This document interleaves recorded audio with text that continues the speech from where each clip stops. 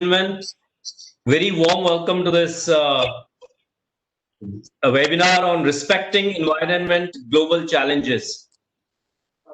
We have with us a very distinguished academician and very distinguished personality, Padma Shri, Professor Denis Singh, former Vice Chancellor of Delhi University, who has a quintessential career path and very, very distinguished academician with us. Thank you for gracing this occasion.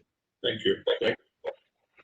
We just got a message from Ministry of Law and Justice, Department of Justice, seeing our ad in the newspaper. They had sent us a note, which they requested that we should be reading it out for all for our all participants. The note is 11 fundamental duties have been enshrined in the Constitution of India for all citizens to perform. Part G of Article 51A of the Constitution states that it is our duty to protect and improve the natural environment, including forests, lakes, rivers, wildlife, and to have compassion for living creatures. Incidentally, the monsoon session is still continuing. Monsoon season is still continuing, a time when several tree plantation drives are organized in India. To cite an example, CISF organized a pan-India mega plantation drive on 12th July 2020, where more than 1.42 lakh saplings were planted in different locations across the country. Mahatma Gandhi was a strong advocate of duties and famously said, "Rights follow duties." To commemorate his birth anniversary on 2nd October 2020, in a befitting manner, citizens are requested to conduct activities to reiterate their commitment towards environmental protection as a fundamental duty. If feasible, tree plantation drive may be undertaken by students, eco club schools, colleges, national youth volunteers, resident welfare associations, PSUs, corporates, amongst others, while following COVID social distancing protocols. Photographs, short videos of the same may be uploaded on social media with hashtag "It's My Duty," while also tagging Department of Justice on Twitter, that is at the rate of DOJ-India and MyGov. Besides tree plantation, other simple acts of water conservation within our neighborhoods, segregation of waste, reducing plastic usage extra, are highly effective ways of performing one's duty of preserving the environment. The Department of Justice is running a year-long pan-India initiative to promote awareness about the Constitution and inculcate a spirit of duties towards the nation in every citizen, titled Citizens Duties Awareness Program. It was launched on November 26, 2019, Constitution Day of 2019, and it is ending on November 26, 2020. That is the Constitution Day 2020. Various forms of IEC materials such as radio jingles, brochure, film, posters, banners, standees, etc. are available for downloads from www.doj.gov.in. You may find the specific information on fundamental duties, WRT, environment protection, particularly useful in this regard. Firmly believing in the Gandhian thought, right is duty well performed. It is intended that the citizens' wholehearted participation is undertaking activities to spread awareness about citizens' duties, including fundamental duties, would make the constitutional values and principles an integral part of our daily lives. So, sir, this was the message from Department of Justice for all the participants who are attending today. And with this, I invite now Mr. Mahinder Rustagi, who is the co-chairman of our Environment Committee, to actually formally welcome our chief guest, keynote speaker, and also give a formal welcome address. Over to you, Mr. Rustagi. Unmute कर लीजिए, Mr. Rustagi. Please unmute yourself.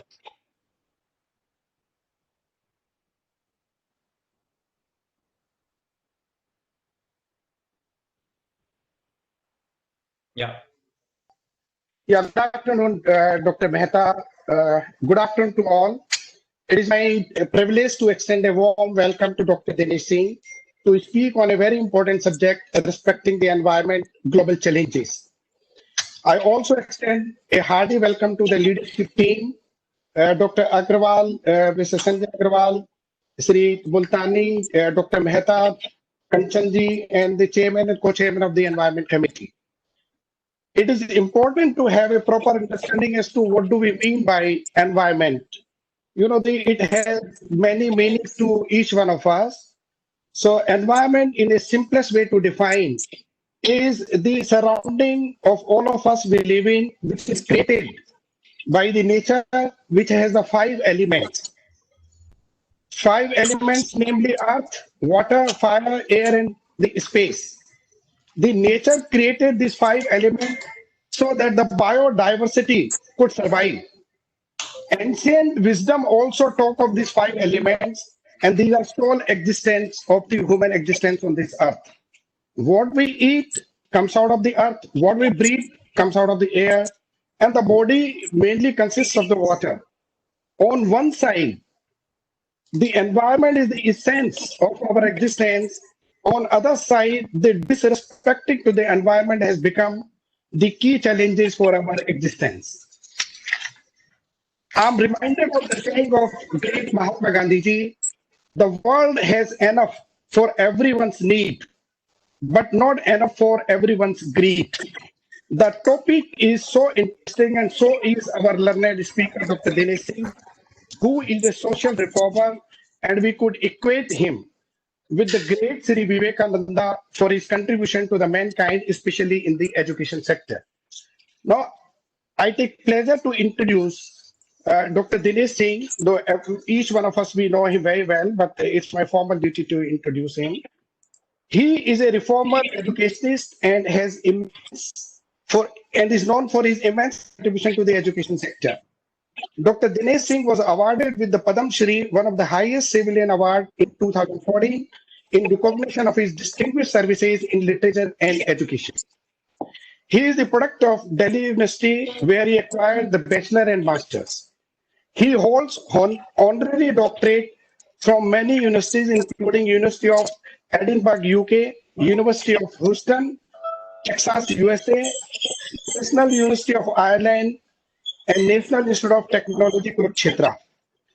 His contribution has been recognized by many reputed institutes and universities both in India and abroad. He, as thinker, as policymaker, as implementer, both at national and as well as international level, has made immense contribution. To name a few, while he was a vice chancellor, he made Delhi University as #1 ranking. He created and impacted and he implemented 4 years graduation program as vice chancellor of Delhi University. He successfully transited to the semester system. He created the Cluster Innovation Center. He introduced colleges on wheels, the Gyanodaya Express, setting up and funding of the incubation centers for several startups for undergraduate programs, and many more.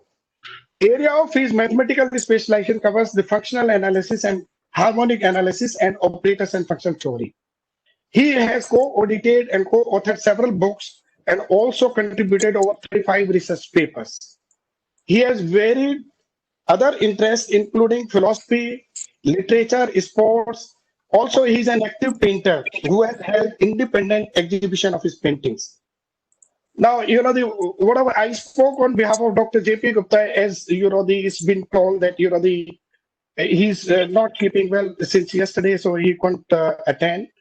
Now, with these words, now I invite Dr. Singh to deliver his address. Thank you. Thank you, Mahendraji, for your kind introduction. I do not know if I am anywhere near how you described me, but I am thankful to you for the way you have welcomed me for today's event. I also thank Dr. Mehta and Chenji and the PhD Chamber of Commerce for creating this opportunity. The environment is something about which all of us are concerned. You don't have to be an expert. You don't have to do research. As a human being, each one of us must be fully aware of the issues that concern us to the environment. In deciding what to speak today, I decided to try and give you an idea of where the Earth is today in terms of the environment. And I'm trying to do this I will try and do this in such a way that it becomes easy for all of technical experts to get a kind of bird's eye view, a global perspective on what is happening to Mother Earth today. And I'm afraid I'm going to start with a fair amount of bad tidings, bad news, disappointing news, worrying news. But then I'm going to shift gears and try and make all of us that if we humans put our minds and hearts to the task, we can still save the planet, and there are many good things that are happening, and I will highlight some of them. But I'm going to start by highlighting all the dangers that Mother Earth faces. You know, in today's times when this is a globalized world, news gets around the world in real time. An event happens in some corner of the world, almost immediately, everyone else gets to know what's happening. So I'm sure that all of us are familiar with the fact that about 7 days ago,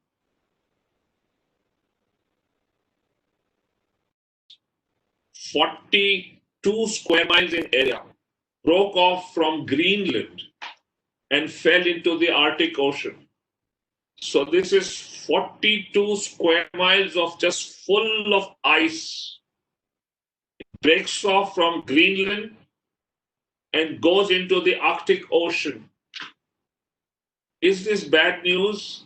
I'm afraid this is very bad news. Greenland is losing ice very rapidly. This, of course, is a catastrophic happening. But the ice in Greenland has been getting, diminished for many years. Last year, about 247 billion tons of ice from Greenland went into the Arctic Ocean. And to just give you an idea, 20 years ago, we were losing something like 37 billion tons. So you can see from 37 billion tons in 20 years, we have now reached 247 billion tons of ice that goes into the Arctic Ocean. Why is this bad? Is it just that Greenland is losing its territory? No, that's not the only thing. The real thing is that all this ice melts and becomes water. And it adds to the water level of the oceans. And what I'm telling you now is all hard scientific evidence. Please do not be under the impression that these are laypersons' inferences.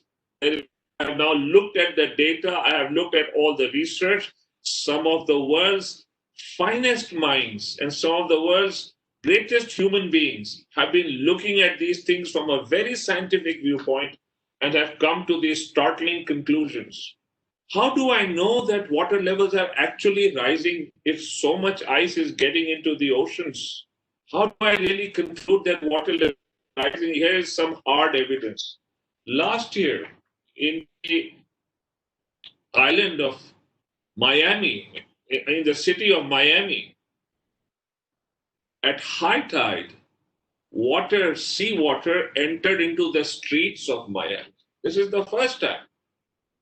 When there is high tide, water comes up a little bit. All of a sudden, Miami has been so built that the seawater, even at high tide, has never entered the city of Miami, the streets.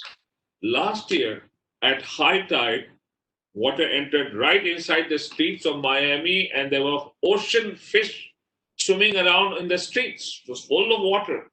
And if you think this is a one-time happening, no, now this is becoming a recurrent phenomenon. And the mayor of Miami is deeply concerned.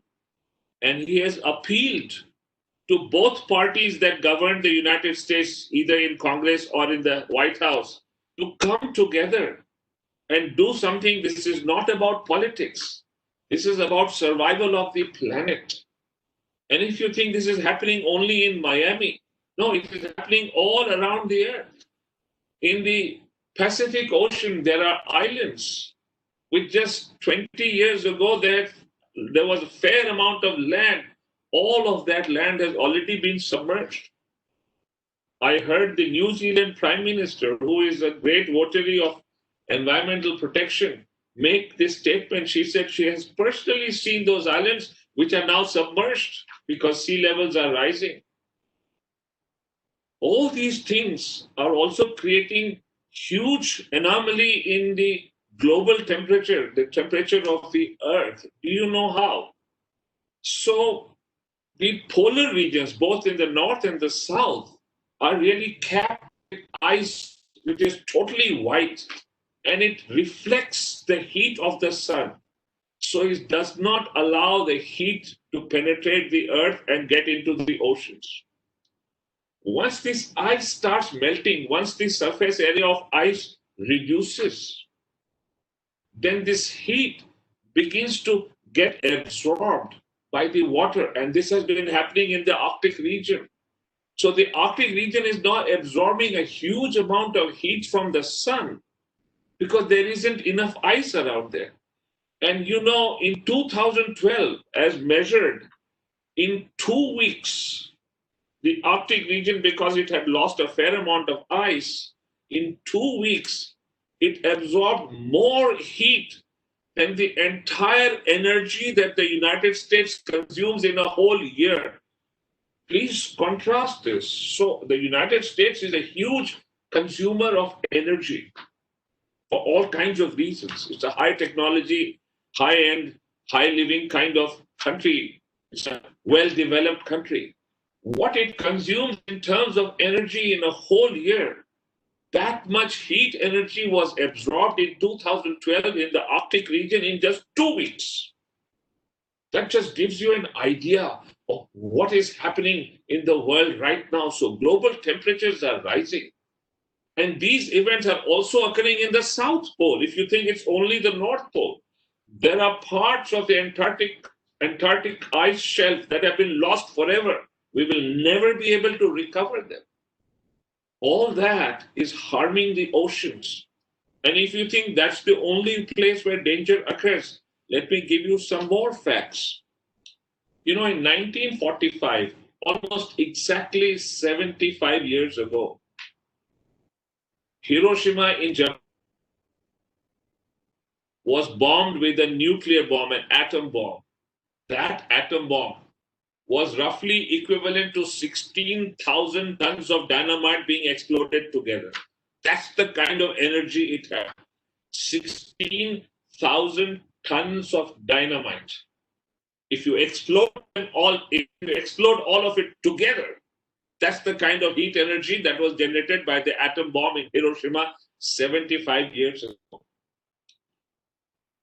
You will be probably surprised if you don't know this already, that each day, because of the human activity across the globe, across the entire planet, each day, human activity generates heat equivalent to 4 lakh atomic bombs of the size of Hiroshima's atomic bomb into the environment. Let me say this again. Every day, 4 lakh atomic bombs, if you were to explode them together and collect all the heat and put it into the environment, that is the amount of heat human activity is putting into the environment every day, 365 days a year. You see the contrast? One atom bomb at Hiroshima destroyed the city. It burned everything. It melted metal. 16,000 tons of dynamite. Here, every day in 24 hours, 4 lakh atomic bomb worth of heat is being sent into the atmosphere.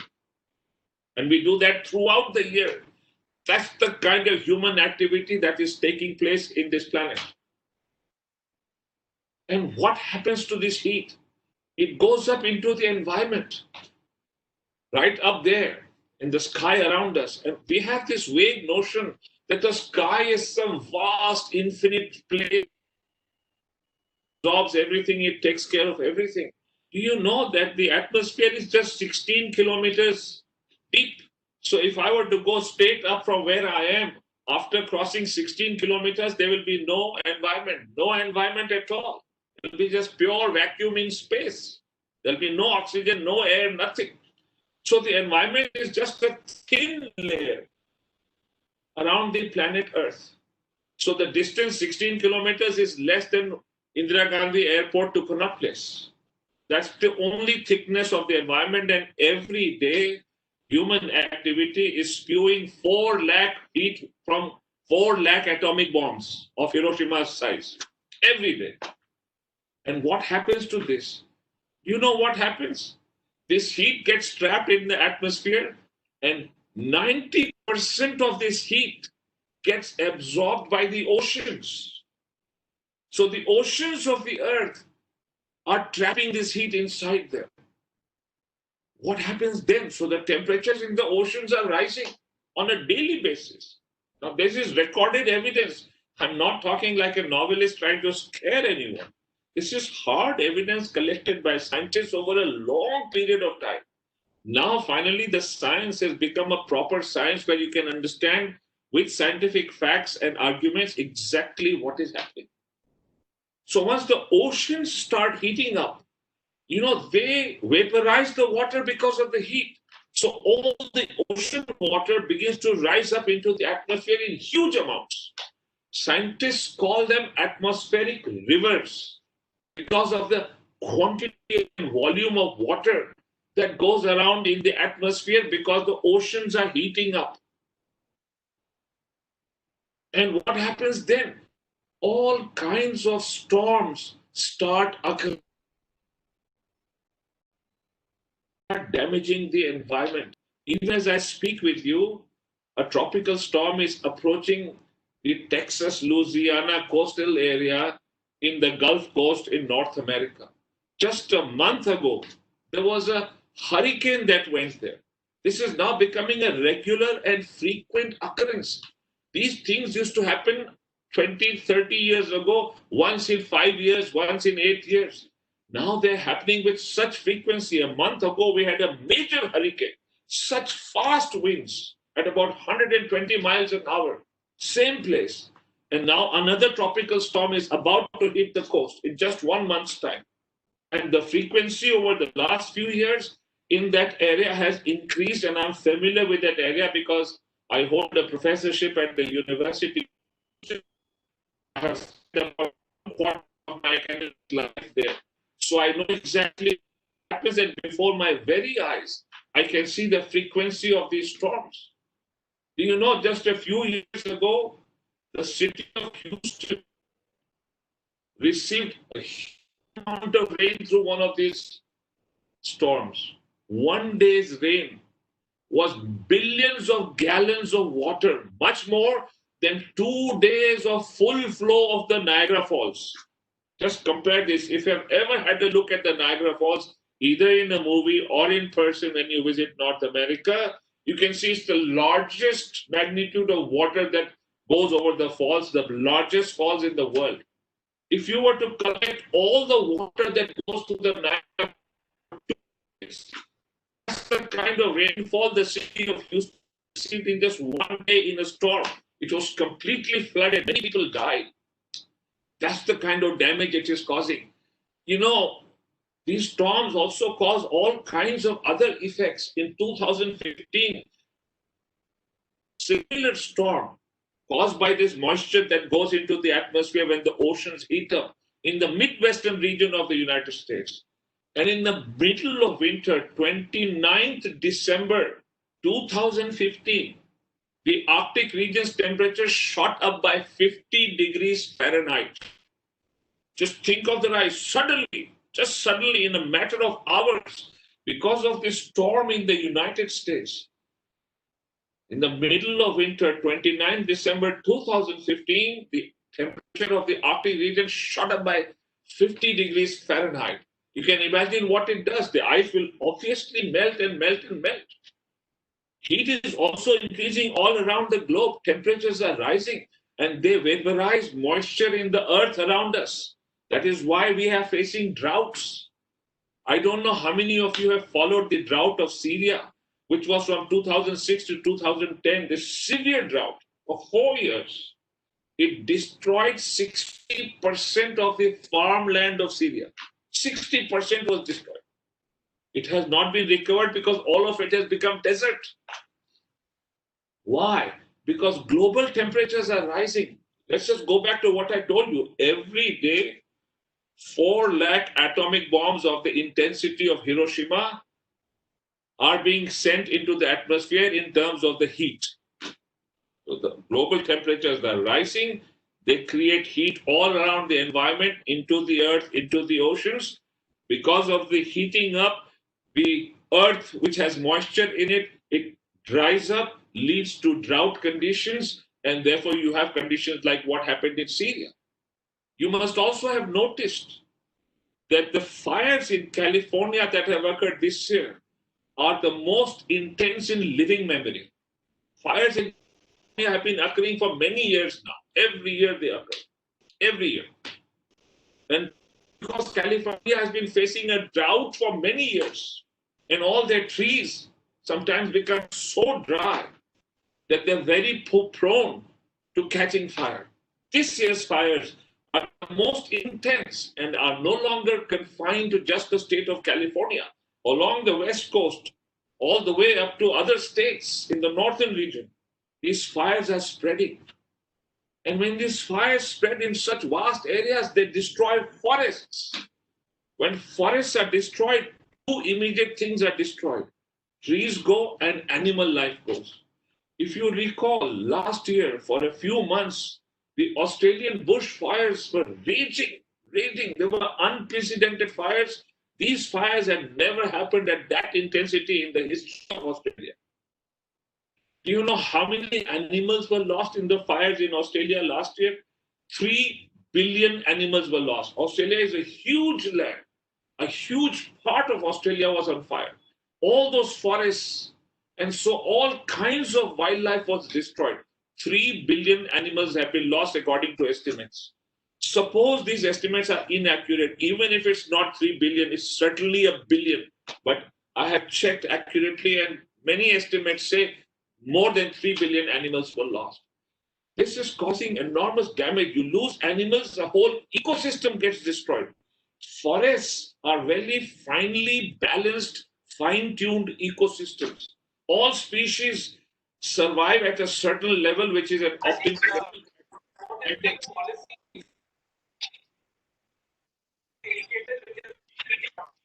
That how soon can be crystallized, and there is more clarity on how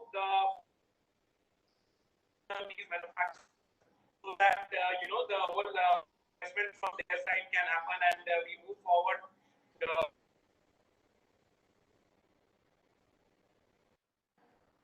Sorry, I did not. One policy that is required from the government is based on how much is the contribution in the mobile phone or a smartphone from Indian ecosystem.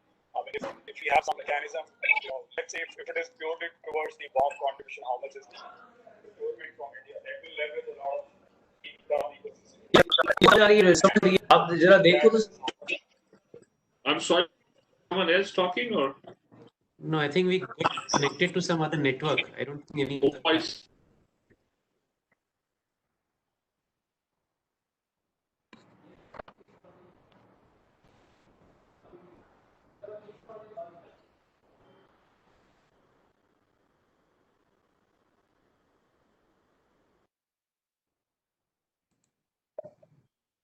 Sir, I think you can continue. I think Okay, thank you. So what I was trying to say is that forests are very finely balanced, fine-tuned ecosystems. All species that live inside the forest, they optimize their population levels by controlling the growth of each of the populations of each species. The moment you create this imbalance, when there is a fire and plant and animal species are lost, then all kinds of imbalances occur. And huge forest areas are great tanks of oxygen. They supply oxygen and they absorb carbon dioxide. So all that gets lost and the planet then heats up even more. They stop attracting rain. So we get damage happening in huge levels. And do you know that there are two large areas of rainforest, one immensely large forest area in South America and a fairly intense forest area in Indonesia, Malaysia, in that region. Both these rainforests are being destroyed at an alarming rate. You know how much destruction is happening? Every second, a football field size forest area is being destroyed. Every second. That's the amount of land that is being removed of trees of the rainforest. And what is being done to replace those trees? So what is being done to replace those trees? Nothing. Either they are being converted to places where cattle can be bred, or they are being planted with palm trees, a single variety of species. These rainforests have thousands and thousands of varieties of plant life and animal life and insect life, and all of them are together. All of that is removed. Cattle there to breed cattle, or you are planting palm trees so that you can make palm oil. That is harmful like nothing. And we are unable to check that at this point in time. So I'm going to continue with a little bit more of this bad news before I come to the good news, so that we can cheer up and we can find ways and means by we, citizens, chambers of commerce, thinking persons, young people, all of us collectively can begin to do something to help save the environment. And I'm happy that you have given me this opportunity today. My job here is not to depress, but to first tell you what the reality is and then to move forward. And when you're destroying those rainforests in the Borneo, Sumatra region, you're killing all kinds of life. But one of the species that is being lost at a very rapid rate is the species called orangutans. Orangutans are our closest cousins in the world. In the mammal world, in the apes, very fine, sensitive human beings. Every day we have been losing 10 orangutans for the last 20 years. Altogether, 50,000 orangutans have been killed because they have been destroying these rainforests.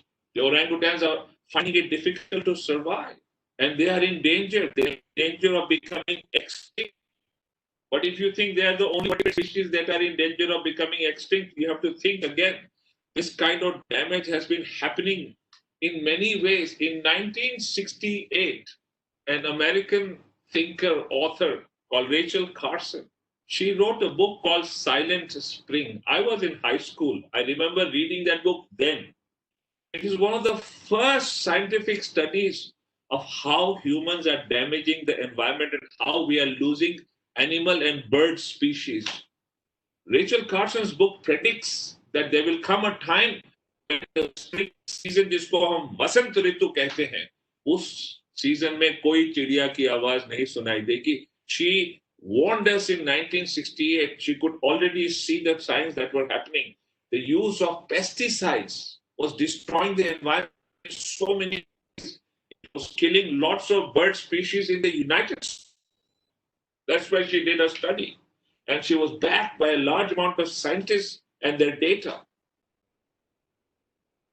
You know, it is very difficult to stop this. I don't know that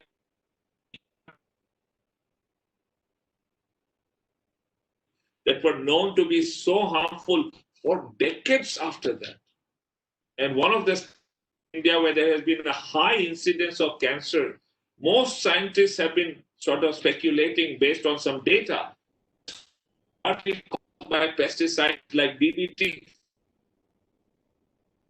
70s and 80s in that area, and kind of harm we do the environment. So all kinds of things that are being sort of harmed in the environment. So let me get back to this point that global temperatures are rising.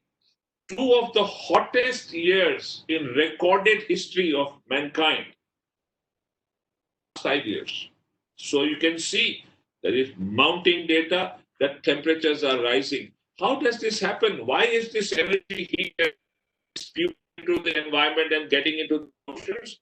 Because we are using fuels largely for our use and need of energy. Fuel, coal, petroleum, gasoline, natural gas, all of combined together to fossil fuel. You do and you also pollute the environment. You radiate heat, pollute the environment, releasing carbon dioxide, carbon monoxide, and particulate matter. You know, India has probably the highest incidence of cases in the world. Highest incidence. Why?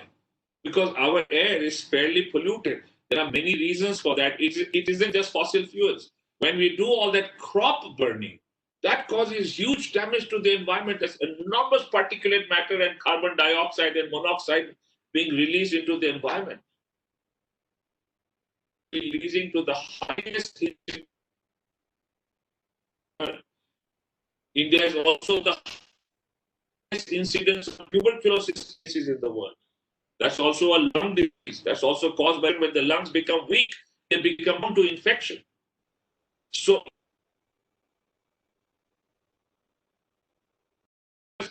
there is much doing in our I just wanted to dwell a bit on plastic, because that's the in the incidence. Whales are, the blue whales are large species, and they live in the oceans and they lead happy lives and they keep ocean marine life in a balance. They contribute enormously. In the last several years, repeatedly whales are dying because they have swallowed tons of plastic. And they are dying in different parts of the world. That's because of plastic. Plastic it doesn't degrade.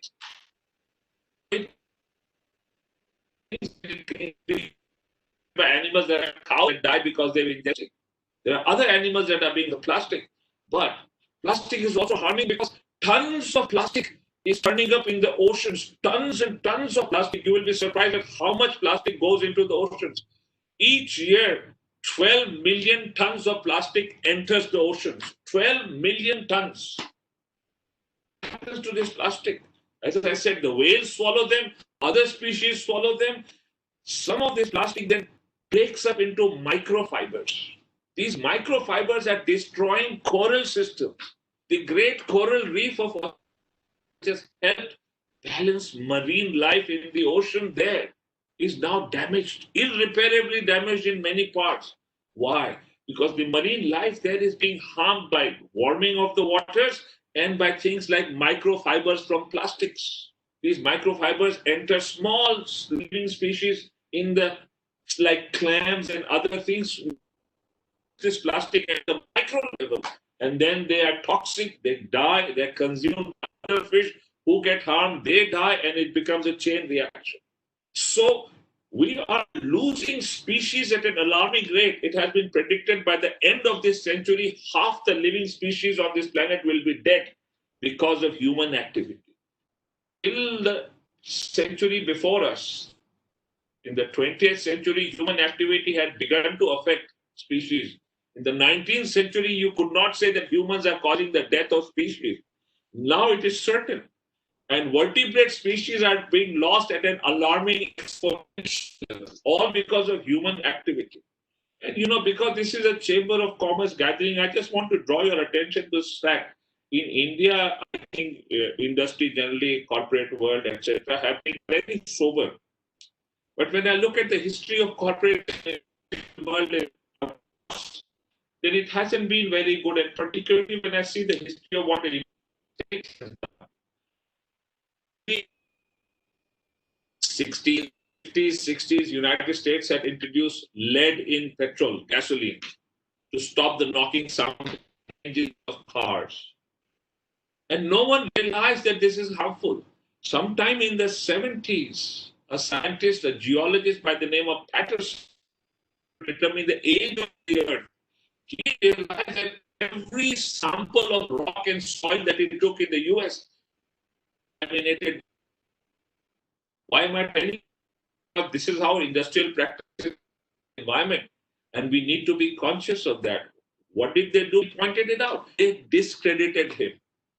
They tried to show he was fake, that he was fine. He stuck to his ground, his belief. Even the United States conceded that lead was harming the environment in levels. That's when in the 70s, they stopped putting lead in fuel. India stopped this sometime in the 90s, so I have no idea how much damage we have caused to the environment around us, how much lead we have ingested. Once a human ingests lead, it doesn't leave the human body, it stays inside and it is toxic. So role of industry has been in the United States not very good in many matters. For instance, the tobacco industry. For many years, through all kinds of means to deny that smoking causes cancer.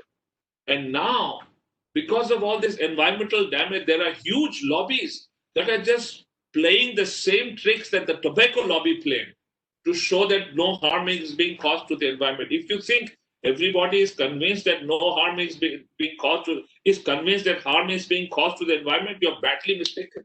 There are still very strong lobbies that believe and emphasize that no harm is caused to the environment by all the facts that I have laid before you. So we have to be very careful about how we look at things. But let me come to, I really want to come to the Paris.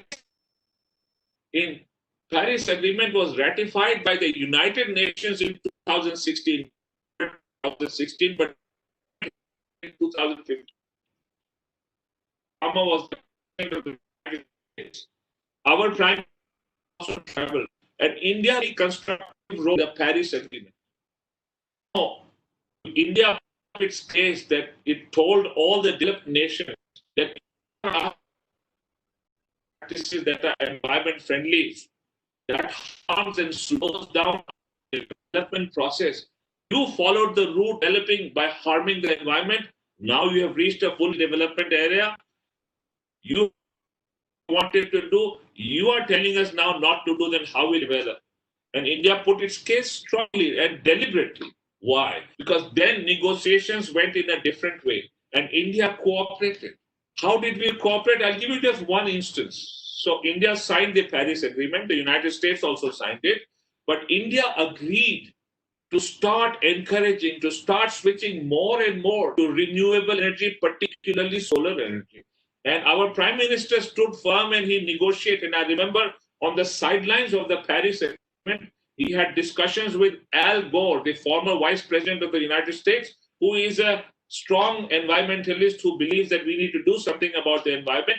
And between the two, they managed to arrange funding from the World Bank so that in program to switch to solar energy. And India has followed the Paris Agreement in great detail. So last year, 32 countries that had signed the Paris Agreement. There are many things in the Paris Agreement. One of the most important features of the Paris Agreement is that all those nations collectively agreed that make sure that global temperatures by the end of this century will not increase by more than 2 degrees Fahrenheit, not more than 2 degrees. That is a huge commitment.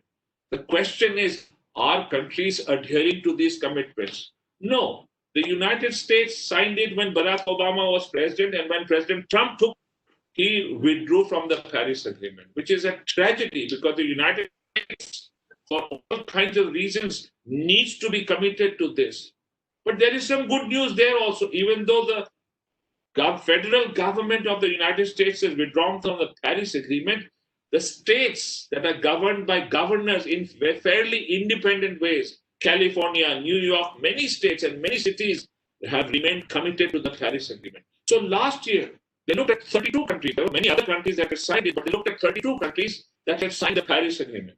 And out of that, this study came to the conclusion that there are really 7 countries that are trying to adhere strictly to the agreement of Paris. That is one of those 7 countries. It needs to be applauded for its commitment to the environment. You may feel like we haven't done anything. No, we are doing a fair amount, and I'm going to tell you the India story very soon. But let me sort of say what happens because of the Paris Agreement. So immediately after the Paris Agreement, in fact, a little before that, global emissions of this harmful matter, carbon dioxide, monoxide, particulate matter, for 2 years, they began to decline. Unfortunately, from 2017, they began to rise again, global emissions. I think India is still controlling them. India has got them under control much better than many countries. But globally, they are rising again. So we need to reaffirm our faith in the Paris Agreement, and the Chamber of Commerce can play a role in many ways, and I will outline that shortly. I'm about to end in the next 5 minutes or so, but I will tell you how Chambers of Commerce can play a role. So what is happening about global emissions is that many places, they have stopped sort of adhering to the way they said they would to the Paris Agreement. That's making them rise. But there is a huge opportunity because of the Paris Agreement. Renewable energy has come back into the central attention. Renewable energy. So what is renewable energy? You could use solar energy, you could use wind energy, and there are some other forms of renewable energy. But I'm going to sort of speak about solar energy and wind energy. And that is where I think we need to pay attention, and that is where a huge amount of good news is happening. You know, Germany is one of the biggest votaries of renewable energy. And Germany has done extremely well. In 2020, starting from January till today, in spite of the COVID crisis and all other matters that are affecting Europe, etc., Germany generated more than 56% of its electricity through renewable sources of energy. That means wind and solar. And Germany is a huge consumer of energy. That's the kind of commitment that Germany has. And you know, the amount of money that has been invested in renewable energy in just 10 years, this as a Chamber of Commerce, I want you to understand the business opportunities that are coming from renewable energy. So in a 10-year span period, more than $3 trillion have been invested in renewable energy, and the investments are doubling, so that the target is that by 2030, renewable energy will have doubled. And that is very, very encouraging. So this is the fastest growing business segment in the United States. The business segment connected with renewable energy. It is growing rapidly in the US. In spite of the recession, in spite of COVID, in spite of other problems, this segment is growing rapidly. And this is a huge business opportunity for us in India. A huge opportunity. Why? Because I want to highlight 3 things. Number one, the Indian government is heavily committed to renewable energy. And much work has been done in India to convert to solar energy. And if I'm not mistaken, it is sort of doing quite well. Almost 10% of our electrical power last year came from solar energy. That's right. That's a huge amount. That's a huge amount. And it is remarkable that India has been able to do that. My thing is the cost. The second thing I want to say is that the costs of solar and wind energy are coming down so much that they are going to become cheaper than using oil, using gas. They're going to become cheaper than that. Very soon, in many parts of the world, they're already cheaper. In parts of the United States, they're cheaper already. That's why people, agencies, industries are switching to renewable energy. And here is a huge business opportunity connected with renewable energy in India. I think businesses need to pay attention to that. We need to go through that in significant ways and take the matter forward. The Chamber of Commerce can do much. The third thing I want to tell you is battery technology is improving like anything. So 10 years ago, it was very expensive to get batteries to store electrical energy, which you got through renewable sources of energy like wind and solar. But now battery technology is improving, so you can store better at cheaper rates. You can look at the figure. I don't want to deliberately just confuse everyone with hard data, but believe me, between these things, government support, the way things are happening in India, the costs of renewable energy, wind and solar, and battery technology, we are reaching a breaking point where you will begin to make huge profits by investing in any technology that is derived, based, or supports renewable energy. So I think as a Chamber of Commerce, it would be nice if you could devise policies in 2 or 3 ways. One, I urge you to create greater awareness in the national education policy on sources of energy. This must be embedded. I'm not talking only of the environment. Please focus on the technological parts and not just for IITs or institutions of engineering. There are all kinds of dimensions. It must enter school curricula, not syllabus, more than that, curricula, school, college, university, across the land. You must lobby for that. I'm willing to help you create policies and awareness in practical ways. So it's good to have a philosophy.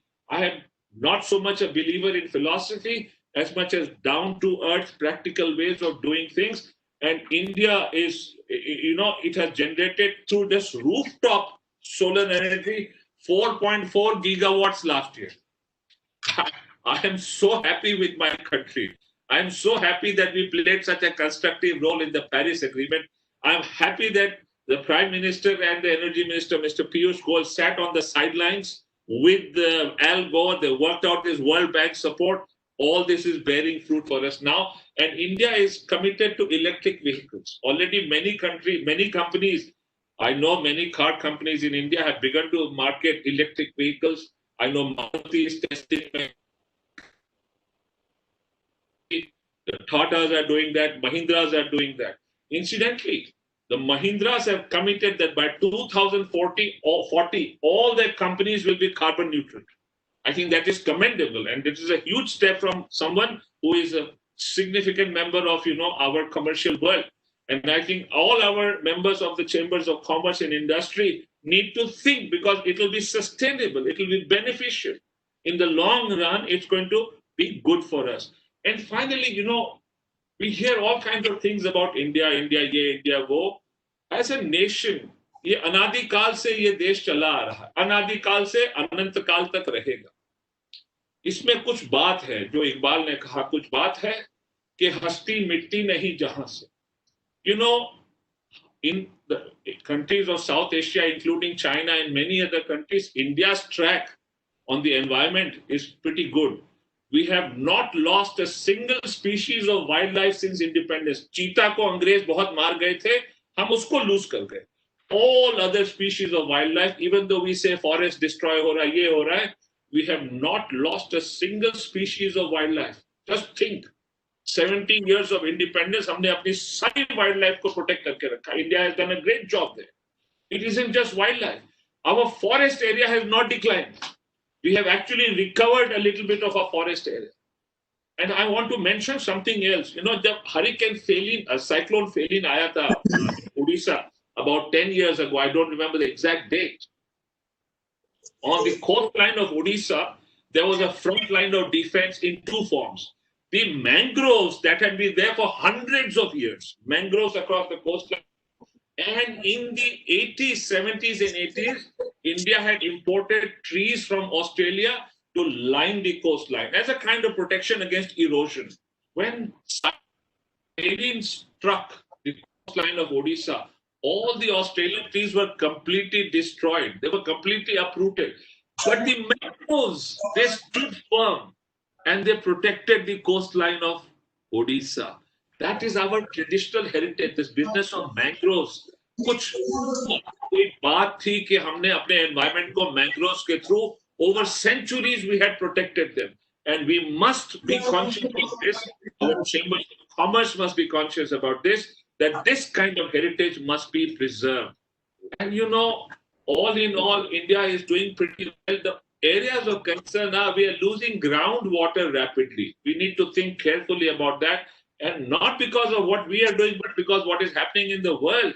Our monsoon is going to get affected. I'm very worried about the monsoons. And you know the Kerala floods that happened just not too long ago, huge flooding in Kerala. That's just a simple instance of how the monsoons are getting affected already. And if the monsoons get affected, India's agriculture will be badly affected. Once the agriculture is affected, our economy will be destroyed. So we need to start thinking about this, not only about what we do in our country, but India must remain an active participant in global fora to the cause of the environment.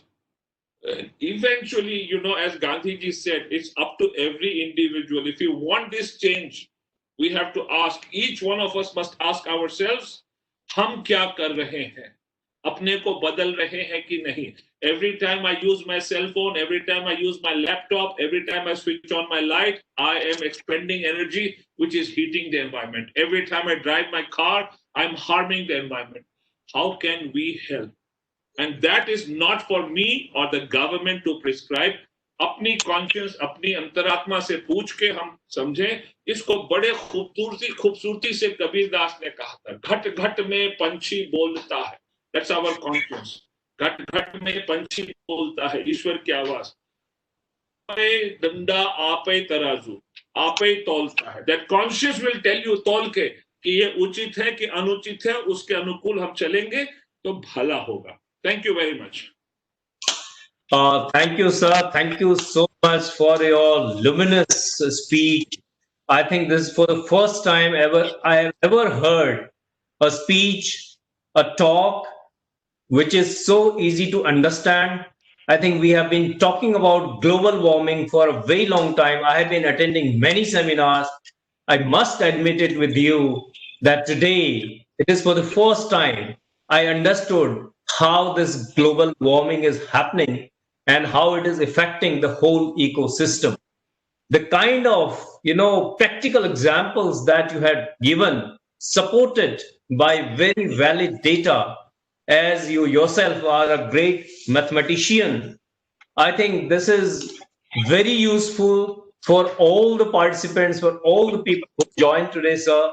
We are truly, truly obliged to you for all that you have expressed and taught us today. And before I would also like to introduce you Dr. Jaya Sharma. He's former executive director of ONGC and also co-chairman of our environment committee. And he's also member of Environment Impact Assessment Committee of Government of India currently. And Mr. Pranav Padar is a distinguished entrepreneur in environment sector. He's also co-chairman. So, sir, I am extremely excited to ask you a question with your permission, because since River Week is going on, the world is actually celebrating the River Week, which is from 21st September to around 27th September. So I wanted to understand that how the rivers will be affected with the kind of activities, the environmental damage that is happening in this world, sir. I'm glad you asked me this question, because as we are speaking, the Nile in Sudan is badly flooded. Badly flooded. It has displaced more than 5 lakh people. It's a huge flooding of the Nile. People say that in recorded history, it has never been flooded like this.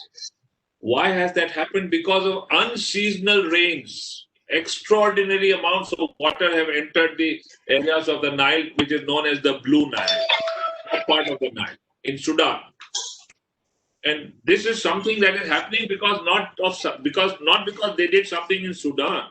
This is just because of global warming. The oceans are heating up. They're sending water into the environment, and that water comes into all parts of the world, like Houston. It got flooded. Miami, sea level rising. Sudan, the Blue Nile is flooding. So rivers are going to be affected because of rains of this heavy kind or no rains at all. Both things are happening. And the other thing that is affecting rivers, glaciers. I deliberately didn't show you any photographs, but I have a bunch of photographs of glaciers, major glaciers of the world. In a span of just 30, 40, 50 years, how much ice and snow they have lost. These glaciers feed the rivers. So our river systems are going to dry up. And so we are in great danger. But as that note from the Ministry of, I think, was it law that you read? Ministry of Jalwaya. We cover our forest areas and generate more green cover, not just in India, but across the world. My worry is about the Amazon basin and the Borneo Sumatra forests. Those rainforests are being destroyed. One football field a second. Utna forest kaat de rahe hain wo. Itna bada nuksan ho raha hai. We have to lobby them somehow, create greater awareness. India apne taraf to bahut kar raha hai. I think this tree plantation, that has to be kept going at a high momentum rate. I think that way our rivers might do better. Okay. So, okay, sir. We have Mr. Anil Sood. Paramjit, can you unmute Mr. Anil Sood? He's a distinguished member of PhD chamber. So he's also an environmentalist. He would like to ask a question. Mr. Anil Sood.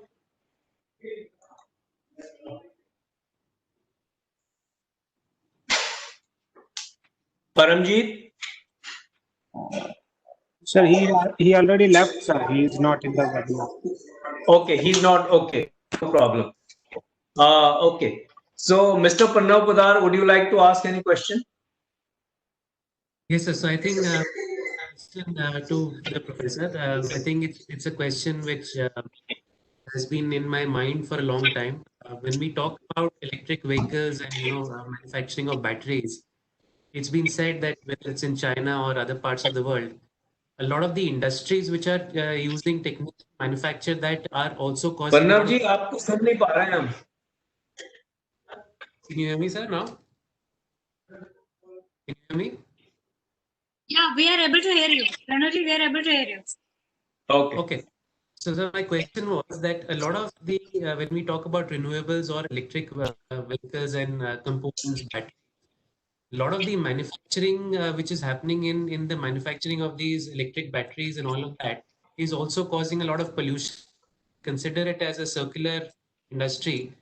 What is the net effect on the environment due to all That's a very good question. So, when you talk of these pollution being caused by the battery industry, that's more in the traditional variety.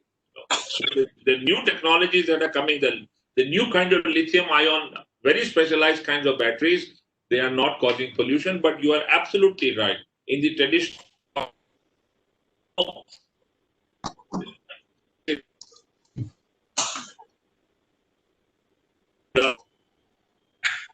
they are polluting the streams of those underground streams that are coming out at some area. We have had the water tested there. There's been extraordinary amount of lead in it. So those battery companies are polluting the environment. But there's more in the traditional kinds. The new technologies that are coming out of many parts of the world, they are not harming the environment. So we need to sort of think about that. Yes. And battery costs are coming down for the new technologies rapidly. So hopefully we will find a good way for it. Thank you, sir. I think I should ask that on behalf of the audience that some people may have had that question. Yeah, sure. That was a very good question. Thank you, Sharma ji. Dr. Sharma. Hello. Am I audible, sir? Yes. Professor Singh, it was very highly illuminated kind of talk. As you said very rightly, it is for the expert, it is for the layman. It is really for the all kind of people, and I understood many things. And second thing, I met you with Professor MP Singh of IIT Delhi once. That is only one meeting with you. I asked two questions. I'm formerly from ONGC. Some group in England, they calculated the issue of unburnable carbon in the subsurface of the earth. And they come out with the figure that the entire carbon, if comes to the surface, it will be a more than 2-degree scenario globally. It means coal, petroleum, gas, everything. They calculated like that. If the total, it will come something 2860 gigatons by 2050. So, then the future of the petrol industry globally is not very fair. Already in G7 countries, the German has said that by the end of the century they will phase out the fossil fuel. So how the employment pattern, the energy requirement from where we will meet, this is one. And how do you see the linking of the rivers in India, whether they are good for environment or not good? Well, you're talking about the linking of rivers, is it? Yeah. Okay. So let me just quickly comment on this business of fossil fuels. You know, there is this misconception, believe me, I have read the reports of high-end scientists. 80% of the so-called fossil fuels, particularly related to natural gas and petroleum, that all these oil companies claim they have and which they can use is not usable. Believe me, it is not usable. 80%. So they are living on borrowed time, and very soon that market is going to crash. Very soon, sooner than you think. They will not admit it, but believe me, some of the best minds are saying that they will show this as their reserves. Those reserves are not usable. So much for all this business about hamare paas itna hai, utna hai. Yes. Number two, I'm not an expert, but intuitively, I feel that we should not mess around too much with nature. I think we should restore nature's balance. And at a global level, India akele apna balance nahi kuch kar sakta. All countries have to come together. I think the Paris Agreement was a very good example of that. Unfortunately, the United States pulled out of it. I'm hoping that when the elections happen in November, probably the United States may have a new president, and hopefully they will sign again. Because without the cooperation of the United States, you cannot control the environment. So I believe it is more at a global level. India has set a good example, and that can be, help us to lobby more for creating sustainable practices. Right. So thank you very much, sir. It was a great talk. Now I would request Dr. J.S. Sharma, the co-chairman of our Environment Committee, to give a formal vote of thanks for this amazing talk that we heard from Padma Shri Dr. Denis Singh today. Thank you very much, Sanjay. We are very grateful as the PhD Chamber on behalf of this Environment Committee to deliver this very illuminative talk by Dr. Singh. And we are very grateful for his time and gracious presence coming in this kind of time when we wanted to meet you personally at the chamber, but whenever the things become normal, we request you to come again. And we are also thankful you kindly said that any policy matter you are ready to advise to the PhD chamber for the things to come. Thank you very much, sir. Thank you, sir. Thank you very much. It was amazing to chat with you today. Thank you. We are more enlightened after listening to you. Oh, very kind. Very kind. Thank you very much, sir. Thank you. Thanks, sir.